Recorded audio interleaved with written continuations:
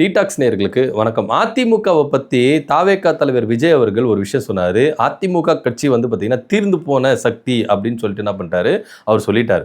உடனேயே எல்லாம் என்ன பண்ணாங்கன்னா, அதிமுகவ தாவேகா கபளீகரம் கண்டுருச்சு, விழுங்கிருச்சு.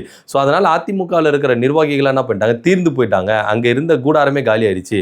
அது அப்படியே தாவேகாவுக்கு ஷிஃப்ட் ஆயிடுறதுனால தீர்ந்து போன கட்சியா இருக்குது அப்படின்னு சொல்லிட்டு, ஒரு ஆண்ட கட்சியை எதிர்க்கட்சியா இருந்த ஒரு 50 ஆண்டுகளுக்கு மேலான ஒரு கட்சியை விஜய் அவர்கள் கொச்சைப்படுத்தி பேசியிருக்கிறத இங்க நம்ம பார்க்குறோம். உடனே சும்மா இருப்பாங்களா அதிமுகவினர்? உடனே ஐடிவிங்க வச்சு என்ன பண்ணாங்க, ஒரு போஸ்ட் ஒன்று போட்டாங்க.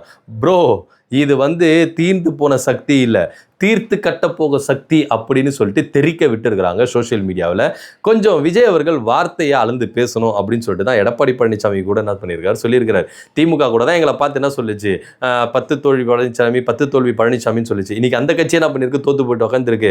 நீங்களும் கொஞ்சம் பார்த்துங்க, அதிகாரத்தில் இருக்கிறோம் அப்படின்னு சொல்லிட்டு வார்த்தையை வந்து பயங்கரமாக விடாதீங்க. இனி இந்த வெற்றி தோல்வி அப்படின்றது யாருக்கு நிரந்தரம் இல்லை அப்படின்றத கொஞ்சம் புரிஞ்சுக்கோங்க ப்ரோ அப்படின்னு சொல்லிட்டு தாவேகா தலைவர் விஜய் அவர்களுக்கு பயங்கரமான கண்டனங்களை தெரிவிச்சிருக்கிறாங்க. உண்மையிலே அதிமுக தீர்ந்து போன சக்தியா, இல்ல தீர்த்து கட்ட போகும் சக்தியா? நீங்க என்ன நினைக்கிறீங்க? கீழே கமெண்ட் பண்ணுங்க. நன்றி, வணக்கம்.